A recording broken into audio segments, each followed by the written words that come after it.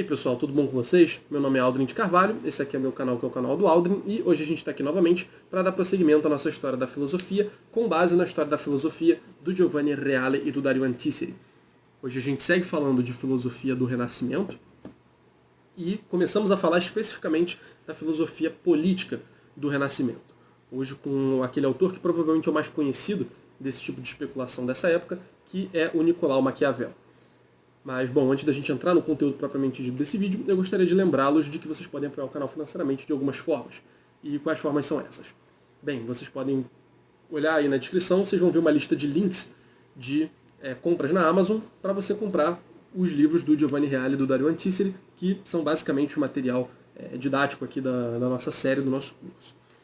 Se vocês comprarem essas obras através dos links, vocês pagam o mesmo valor do que vocês pagariam normalmente se comprassem pela Amazon, mas eu vou ganhar uma comissãozinha em cima do preço. Então, todo mundo sai ganhando, é muito bom. Além disso, vocês podem fazer uma doação pontual pela chave Pix, que está embaixo, pelo botão Valeu, que está embaixo também, ou pelo Superchat durante alguma live que estiver rolando por aqui.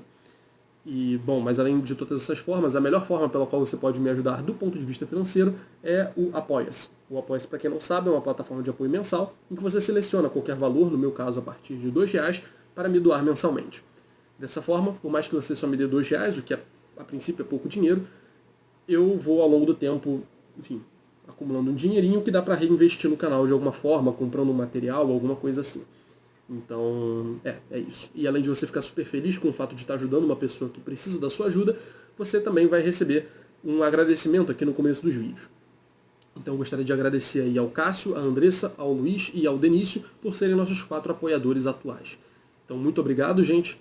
Muito obrigado mesmo. E se você que está ouvindo aí ainda não é um apoiador, clica aí no link e não deixe de apoiar. Mas enfim, vamos então para o conteúdo do vídeo. Bom, gente, como eu estava dizendo, hoje a gente vai falar de Nicolau Maquiavel, que foi provavelmente o autor mais importante aí desse período do ponto de vista da filosofia política. Mas enfim, vamos lendo o que o Reale diz aqui pra gente e vamos comentando em cima disso.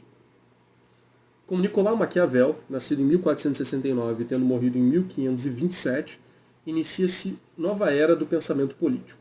Com efeito, a investigação política, com ele, tende a afastar-se do pensamento especulativo, ético e religioso, assumindo como cânon metodológico o princípio da especificidade do seu próprio objeto, que deve ser estudado iuxta propria principia, ou seja, de modo autônomo, sem ser condicionado por princípios válidos em outros âmbitos. O que isso significa? Bom, até a época do Maquiavel, as especulações políticas elas eram sempre muito vinculadas aí a questões éticas, né, a princípios mais gerais, né, que incluem a ética e que acabam respingando na política também, a princípios religiosos, teológicos e muitas vezes até metafísicos, né. Há autores que pensam a filosofia política a partir de noções metafísicas, a partir de noções teológicas e principalmente a partir de noções éticas, né? Que é aquilo com que a gente está muito acostumado até hoje em dia, inclusive. Né? Fala-se muito em política com ética, né? E em recuperar aquilo que é certo e errado dentro do âmbito também da política e não deixar a política se governar, digamos assim, sozinha. Mas é justamente isso que o Maquiavel propõe. Né? A política, como analisada pelo Maquiavel, ela é analisada a partir dos princípios que ela própria parece dar, né? Que emergem do funcionamento dela própria e não a partir de princípios externos, né? Do que seriam outras áreas da filosofia, da especulação. Né? Então, preceitos éticos não vão ser mais relevantes aqui, princípios teológicos também não vão ser mais importantes aqui, muito menos princípios de teor metafísico. Então, o Maquiavel vai tentar analisar a política internamente, né? Como ela própria é, como ela própria se configura segundo os seus próprios princípios. Iuxta propria principia, como ele diz aqui, de modo autônomo. A posição de Maquiavel pode também ser resumida com a fórmula a política para a política. Quer dizer, a política começa nela mesma e termina nela mesma. Né? Existe essa autorreferência, vamos dizer assim, que expressa sintética e plasticamente o conceito de autonomia que ilustramos anteriormente. A mudança brusca de direção que encontramos nas reflexões de Maquiavel, em comparação com os humanistas anteriores, certamente se explica em larga medida pela nova realidade política que se criara em Florença e na Itália, mas também pressupõe grande crise nos valores morais que começava a agraçar. Então, enfim, havia um contexto político que estava em transformação na Itália naquele período, né? Inclusive Florença especificamente tinha um regime próprio, né? Uma república própria, um modo próprio de se organizar politicamente, né? Tinha bastante autonomia com relação às outras regiões. Isso certamente influenciou muito Maquiavel, mas o Reale chama atenção aqui para o fato da questão da crise dos valores, né? A gente está vivendo aí num momento em que o clero, por exemplo, está muito desvalorizado, né? Que é justamente, né, aquela autoridade que deveria resguardar os valores e os princípios cristãos e ter uma boa conduta, consequentemente. E, enfim, como a gente já viu aí nos últimos vídeos, o clero não estava agindo de acordo, né? E esse foi um dos motivos pelos quais a reforma protestante ganhou tanta expressão. E vocês podem, enfim, ver nos últimos vídeos aí mais ou menos como isso aconteceu.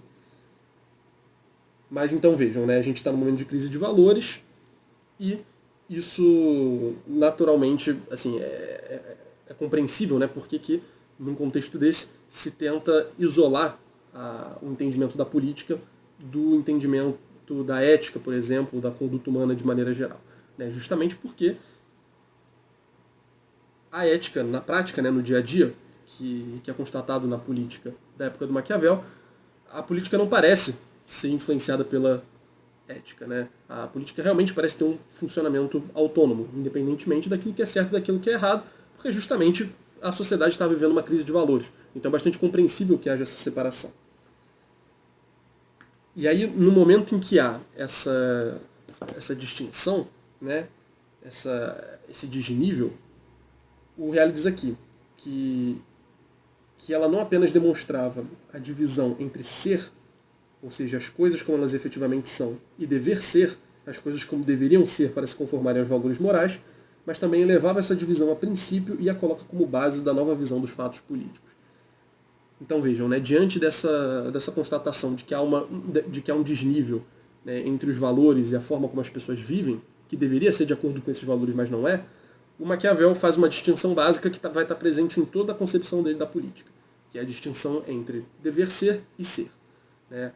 As coisas como a gente gostaria que elas fossem, como a gente projeta que elas deveriam ser, e como elas seriam de acordo com os valores morais se esses fossem seguidos, e, por outro lado, o ser, né? As coisas como elas de fato são, que é de maneira bastante diferente daquilo que, de acordo com os valores morais, a sociedade deveria ter se tornado. Então a gente vai ver essa distinção entre ser e dever ser muito presente aí no pensamento maquiavélico, e daqui a pouco, inclusive, a gente vai até ver uma aplicação disso, ou algumas aplicações disso. Enfim, aí o Reale faz um breve sumário aqui do que a gente vai ver ao longo desse capítulo do Maquiavel. Ele fala aqui do realismo político, ao qual está ligada a forte vertente do pessimismo antropológico. Então a gente vai ver que o Maquiavel, por postular um pessimismo acerca da natureza humana, ele vai ser levado a um realismo político. O novo conceito de virtude do príncipe, que deve governar eficazmente o Estado e deve saber resistir à sorte. A gente vai falar desses conceitos um pouco melhor depois. A relação dinâmica entre liberdade e sorte, que a gente vai ver nesse contexto também. E a temática do retorno aos princípios, como condição de regeneração e renovação da vida política. Então, aí o que seria a política ideal para o Maquiavel, né? A constituição política ideal. Mas a gente vai chegar nesses pontos, vamos vendo passo a passo de cada um deles. No que se refere ao realismo político, é básico o capítulo 15 do Príncipe, escrito em 1513, mas publicado somente em 1531, 5 anos após a morte do autor. Então, o Príncipe do Maquiavel é esse tratado pelo qual ele sempre é conhecido, né? É esse tratado que o tornou famoso, e é lá que ele vai falar sobre, vai fazer essa análise realista do que seria a política para ele, né? E ele diz aqui que essa obra discute o princípio de que é necessário se ater à verdade efetiva das coisas, sem se perder na busca de como as coisas deveriam ser. Trata-se, em suma, da separação entre ser e dever ser. Então a gente já vê a aplicação daquele princípio que eu mencionei agora há pouco aqui, né? O príncipe, né, que é para quem é escrito esse tratado, ele, na hora de conduzir o seu reinado, o seu povo, ele deve se ater às coisas como elas são. E não deve ficar se perdendo em como as coisas deveriam ser, caso nós agíssemos da maneira correta. Não é isso que deve ser buscado. Deve ser buscado a situação como ela é diante de nós, com todos os seus problemas. Por isso é um realismo político. É essa atitude de se ater ao ser e não ao dever ser. Maquiavel, portanto, chega às seguintes conclusões. Ele, o príncipe, está longe tanto de como se vive e de como se deveria viver, pois aquele que deixa aquilo que se faz por aquilo que se deveria fazer, aprende antes a trabalhar em prol da própria ruína, do que de sua conservação. Porque um homem que queira em todo lugar parecer bom, atrai ruína entre tantos que não são bons. Então veja, ater-se ao ser, né, as coisas como elas são, para ele é causa de conservação do príncipe enquanto príncipe. Então o príncipe ele vai se manter como governador, como governante, né, como autoridade civil, na medida em que ele constatar o ser e agir de acordo com ele, né, constatar as coisas como elas são na situação política concreta. Ao contrário, se o príncipe ficar pensando como as coisas deveriam ser, né, eu deveria agir de tal forma, eu deveria seguir a virtude, instaurar os princípios da justiça, a cidade deveria ser de tal jeito, se ele ficar nesse tipo de idealização, vamos colocar assim, ele, no fim das contas, vai se perder. Né? Ele vai atrair para si a ruína. Ele vai trabalhar para a própria destruição, porque ele vai abrir margem para as outras pessoas que são más, né, que não estão pensando em como ser bom, mas estão pensando em como ser mais, vão justamente, né, tirá-lo do trono ou dar um jeito de fazer com que valha a vontade delas. Então, por isso o príncipe não pode ficar pretendendo ser o correto ou instaurar na cidade aquilo que ele acha que é certo e justo. Daí é necessário que um príncipe, desejoso de conservar-se, aprenda os meios de poder não ser bom e a fazer ou não uso disso conforme as necessidades. Então o príncipe ele tem que saber ser mal. O príncipe não pode ser uma boa pessoa que busca de novo essas idealizações e que está focado nisso, no que a cidade pode ser, no que ela deve ser. Não, ele olha para o concreto e pensa, bom, eu quero me conservar no poder, porque eu sou um príncipe, eu quero me conservar enquanto príncipe. O que eu devo fazer nessa situação para manter a minha posição de autoridade? E para isso Maquiavel vai dizer, olha, os meios disso são vários, né? Vai variar de situação para situação, mas o príncipe tem que saber ser mal, porque em algumas situações ele vai precisar ser mal. E sempre tendo em vista, é interessante notar isso, né? Sempre tendo em vista essa questão do conservar-se, né? Parece que esse é o objetivo em torno do qual gira tudo isso que o Maquiavel está falando, né? Por que quer conservar-se que o príncipe precisa agir e precisa pensar em como agir e não pode ficar preso nas idealizações, no dever ser e deve focar no ser. Então o príncipe tem que saber ser mal justamente porque ele precisa se conservar como o príncipe. Maquiavel chega até a dizer que o soberano pode se encontrar em situação de ter de aplicar métodos extremamente cruéis e desumanos. Então vejam, até coisas horríveis o príncipe deve fazer para se manter no poder. E aí que fica bem claro essa coisa de afastar a ética da política, né? Afastar a ética, afastar a religião, afastar tudo isso. Porque segundo a ética, segundo a religião, o príncipe deveria ser justo, deveria, enfim, tem todo um modo de proceder que é de acordo com a religião, os princípios da ética e qualquer coisa assim. E isso tudo tem que ser deixado de lado, então, se o príncipe quiser se conservar enquanto príncipe. Que esse que é o objetivo no fim das contas, né? Quando são necessários remédios extremos para males extremos, ele deve adotar tais remédios extremos e, de qualquer forma, evitar o meio termo, que é o caminho do compromisso, que de nada serve. Ao contrário, é sempre e somente de extremo dano. Então vejam, né? A gente está acostumado com aquela virtude tradicional, com aquela concepção tradicional da virtude, que é justamente a do meio termo. A gente não pode agir nem para um extremo nem para o outro, nem de mais nem de menos. Sempre ser moderado. Sempre pensar de modo a agir de maneira moderada em cada situação. O Maquiavel está pegando essa noção de virtude e jogando no lixo. Essa noção de ética, essa tradição ética que vem sendo desenvolvido, isso tudo não importa. Importa que o príncipe se mantenha no poder e para isso, em casos em que a situação é extremamente má, ele precisa ser extremamente mau. Ele precisa ter posturas extremas diante de situações extremas.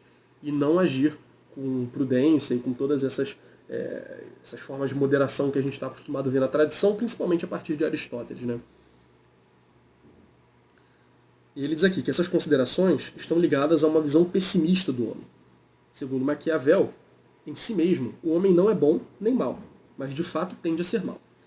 Então vamos lá. Essa noção todo esse realismo político, essa coisa de que o príncipe tende a aprender a ser mau e tudo mais, está baseado numa constatação inicial do Maquiavel, que é a de que o homem é mau. Não mal por natureza necessariamente, como ele diz aqui, mas mal em geral. Né? Na prática a gente olha em volta e vê que o homem é mau. Né? Eu não preciso evocar nenhum exemplo aqui para reforçar essa impressão, mas a gente consegue facilmente lembrar de vezes em que a gente viu seres humanos sendo maus uns com os outros e vendo a desgraça que isso causa no mundo até hoje. Então, vejam, uma vez constatado que o homem é mau, daí ele vai derivar esse realismo político dele. Porque, consequentemente, o político, o príncipe, o governante, não deve confiar no aspecto positivo do homem, e sim constatar seu aspecto negativo e agir em consequência disso. Então ele não tem de pensar, porque o homem bom ele faz tais coisas, logo eu devo fazer tais coisas. Isso é se apegar ao que ele está chamando aqui de dever ser. O ideal, né, o correto, né, o que ele está propondo aqui pra gente, é que o príncipe se apegue ao ser. Olhar para a realidade e falar, ok, o homem é mau. Logo eu tenho de devolver na mesma moeda se eu quiser sobreviver. Se eu quiser me manter enquanto príncipe, eu preciso ser mal também. Né? Retribuir o mal das pessoas com o mal. É preciso agir mal no mundo que é mal também. Na medida em que isso for conveniente. Assim, não hesitará em ser temido e a tomar as medidas necessárias para tornar-se temível. Então vejam, né, o tornar-se temível é um dos objetivos do príncipe para ele conservar esse cargo dele. E ele pode fazer qualquer coisa, as maiores crueldades para se manter temível pelas pessoas e garantir que ninguém vai ir lá mexer com ele, né? Ninguém vai tentar tirá-lo do trono, justamente porque as pessoas têm medo dele, porque sabem que ele é mau, ou têm essa impressão dele. Claro, o ideal para um príncipe seria o de ser amado e temido ao mesmo tempo. Ser amado também traz certas vantagens, e o ideal seria que a gente combinasse a vantagem de ser temido e a vantagem de ser amado ao mesmo tempo. Mas essas duas coisas são muito difíceis de serem conciliadas. E assim, o príncipe deve fazer a escolha mais funcional para o governo eficaz do Estado. Que, como a gente está vendo aqui, em geral, é saber ser temido, né? Saber ser mal, saber agir com crueldade e com todas essas coisas que forem necessárias para que o povo tenha medo do príncipe e, portanto, não ouse atentar contra a autoridade dele. E ele diz aqui que os dotes do príncipe, que emergem muito bem desse quadro, são chamados por Maquiavel de virtudes. Ele vai falar das virtudes do príncipe. Só que virtudes, de novo, não é nesse sentido tradicional. Né? Não é nesse sentido do meio termo que ele falou agora há pouco. O meio termo é o que a gente entende tradicionalmente por virtude, né? Principalmente, de novo, a partir de Aristóteles. Aqui ele está falando de outros tipos de dotes que ele vai chamar com esse mesmo nome de virtude. E ele diz aqui, né, obviamente a virtude política de Maquiavel nada tem a ver com a virtude em sentido cristão.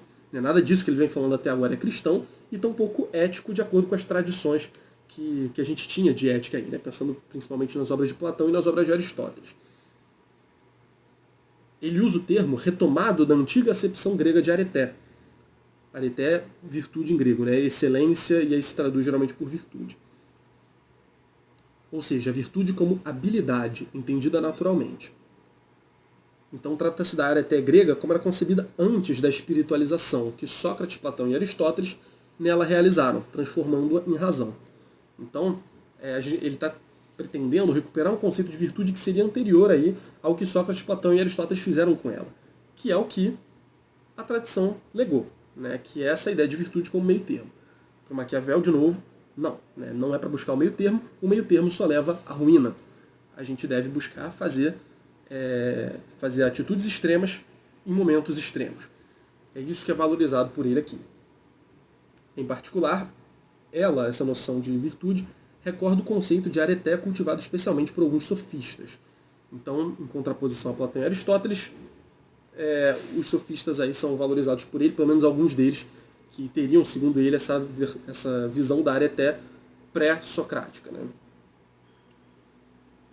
Então ele entende a virtude como força, vontade, habilidade, astúcia, capacidade de dominar a situação.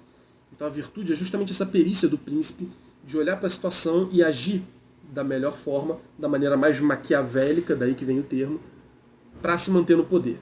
Então isso envolve todo um jogo de cintura político, né? Saber o que fazer, quando fazer.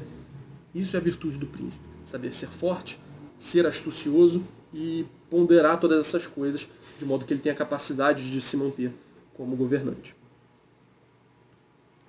E essa virtude, né, essa virtude do príncipe, não a virtude tradicional, mas a virtude do príncipe, sabe se contrapor à sorte, que é um tema, como a gente viu, está bastante presente nos humanistas. Né? Quando a gente falou deles, a gente viu que muitos deles tratam dessa relação da fortuna com o livre-arbítrio e tudo mais. Né? E a própria questão da virtude aí no meio também. Só que é que tá, muitos humanistas consideram que o destino seja a razão dos acontecimentos e que, portanto, é inútil se esforçar para impor-lhes uma barreira, sendo melhor deixar-se guiar por ele.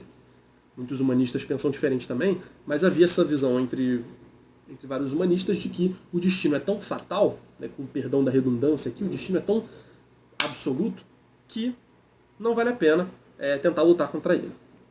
E o Maquiavel, até segundo o Reale aqui, ele se sentiu tentado a aderir a essa posição durante muito tempo. Só que a sua solução final, né, foi a seguinte: metade das coisas humanas dependem da sorte, e a outra metade da virtude e da liberdade.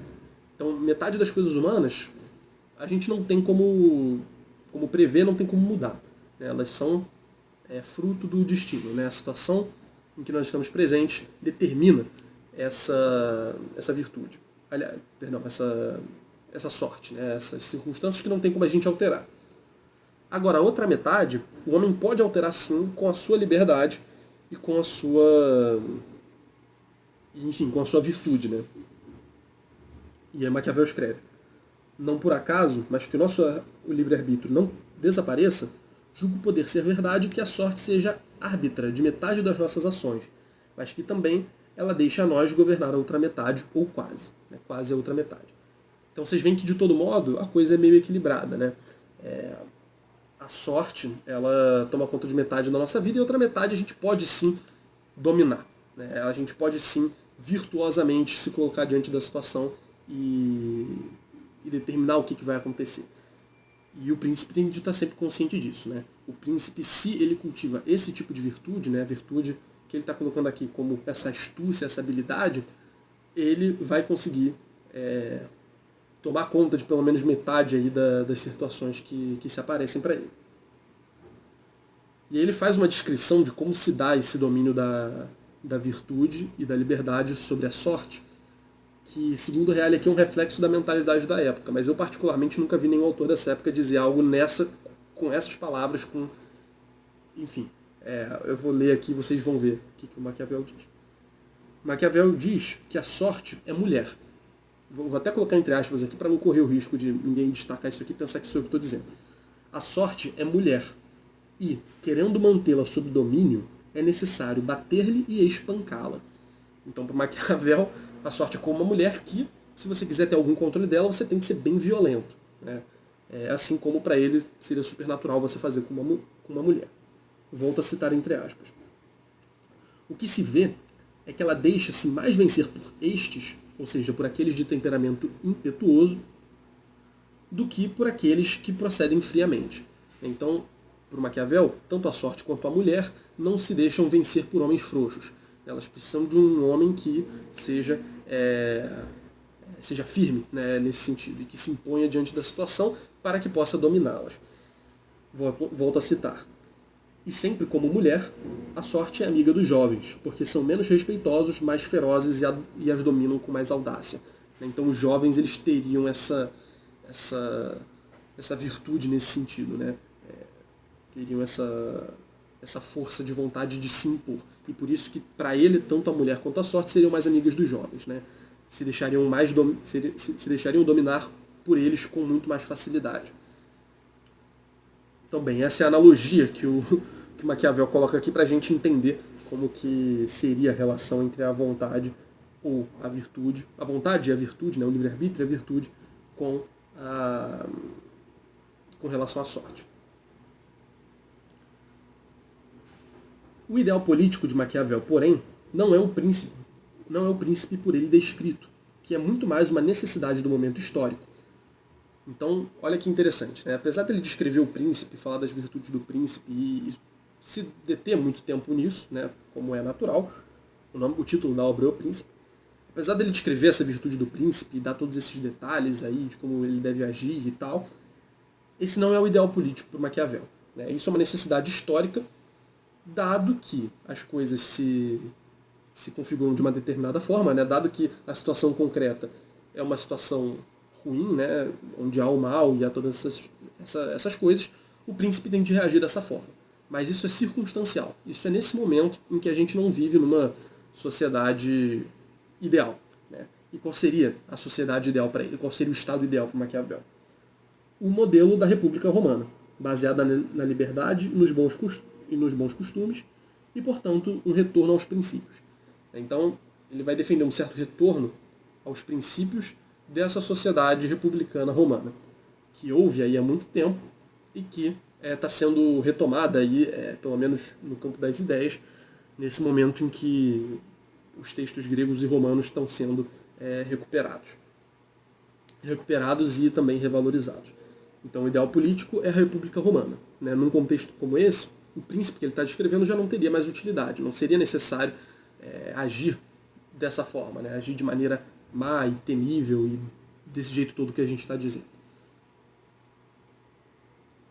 Descrevendo essa República Romana, ele parece flexionar um novo sentido de seu próprio conceito de virtude, particularmente quando discute a antiga questão de se o povo romano foi mais favorecido pela sorte do que pela virtude na conquista do seu império. Então responde, sem sombra de dúvida, pela demonstração de que mais pôde a virtude do que a sorte para que eles conquistassem aquele império.